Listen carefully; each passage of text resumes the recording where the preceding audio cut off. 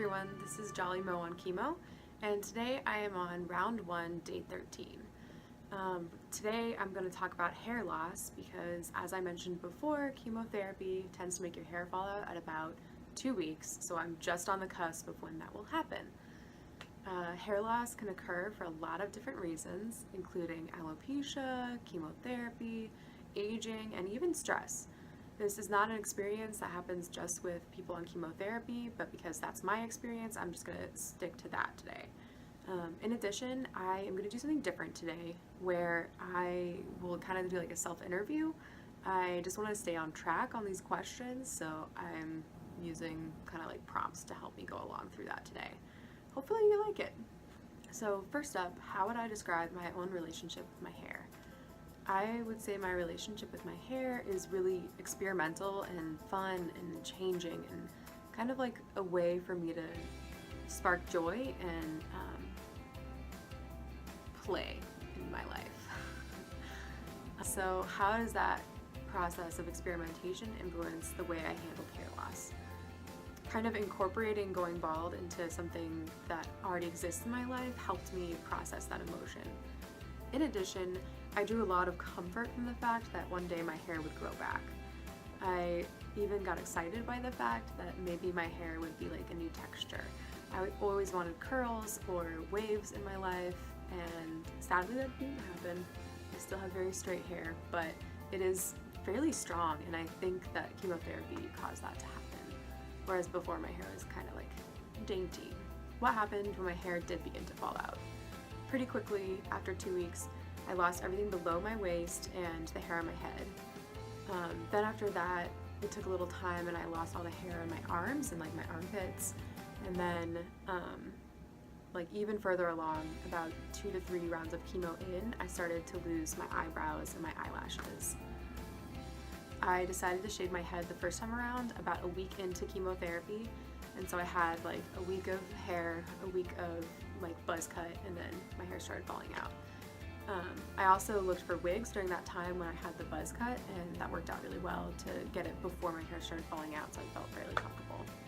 As an aside, if you're about to lose your hair due to chemotherapy, talk to your doctor and ask for a prescription for prosthetic hair or prosthetic headpiece.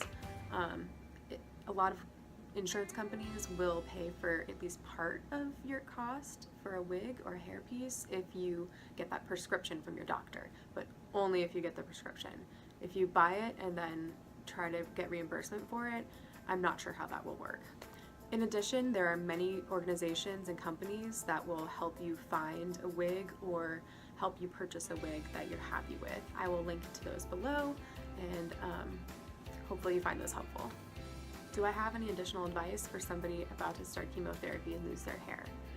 I strongly recommend shaving your head before going into chemotherapy. It's a lot less traumatic for you to shave your head and have little bits of hair fall out rather than your long strands. It helps you maintain some sort of like agency and choice in the matter rather than it just passively happening at you. And in addition, just on a practical matter, it's a lot less messy. When you start losing your body hair, go into the shower once you notice it falling out and use kind of like a gentle exfoliant to help loosen up the rest of the hair. It quickens the process and it helps you just kind of like consolidate the mess as well. Is there anything positive about hair loss? Yeah, actually, I really loved the fact that I didn't have to shave my legs. It was amazing! And my skin was like really soft because I never had to like shave my legs and have that irritation going on. What was the worst part about losing my hair? Losing my eyelashes. That was really hard. I love my eyelashes. They're my favorite feature on my face, and I really love using mascara, so that was pretty hard. Was there anything that I didn't expect to happen when I lost my hair? Yeah, they don't really mention a lot that you still have to shave your head even though you're like bald. So even when you're on chemotherapy, you have like tiny little hairs that try their very darndest to keep growing when you're on chemotherapy. I like to call those the Tommy Pickles hairs. So just make sure that you shave your head every 2 weeks or so you don't get that Tommy Pickles look going on. What was it like wearing a wig? it's a lot less weird than you think it's gonna be. People don't really notice. Like, I always felt like people would know that I'm wearing a wig, but they don't. People just don't expect it to happen, so when they see a person with a full head of hair, they just assume that it's your hair. On the other hand, I did notice that maintaining a wig can be pretty difficult. I'll probably have another video about that in the future. Did I always wear a wig, or did I go bald sometimes? When I started chemotherapy, it was winter, and I pretty much wore the wig all the time because it was an added layer of warmth, so that was awesome. And then at the end though, it was summer, and it became pretty miserable to wear it every day. It was really hot, and I was already having hot flashes, so I just decided to go bald to get a breeze on my head, and that really helped. It was awesome, and I strongly recommend going bald every once in a while just to see how you feel about it. To me, it was really liberating. I felt much more myself and authentic when I was going bald than when I wore a wig. When I wore a wig, I was really worried about people noticing the fact that I was wearing a wig, but when I was just going bald, it was out in the open and just really ballsy. As an aside, always make sure that you wear a hat or SPF 30 or more on your head, because your skin is really sensitive to the sun on your head, and on top of that, when you're going through chemotherapy, your body can't deal with exposure to the sun or having sunburns as well as when you're not going through chemo. How am I handling hair loss the second time around? Am I going to do anything differently?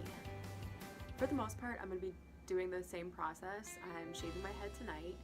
The only difference this time around is that I'll be donating my hair. The first time around for me, my hair wasn't long enough, but this time it is, so I'm really excited to probably incorporate some more positive feelings about the fact that I'm shaving my head. So stay tuned for some clips of that process with me shaving my head, and I'll be talking later about how I feel.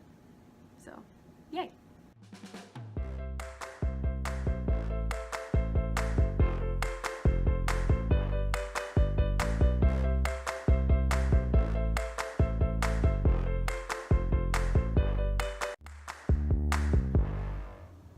I'm back.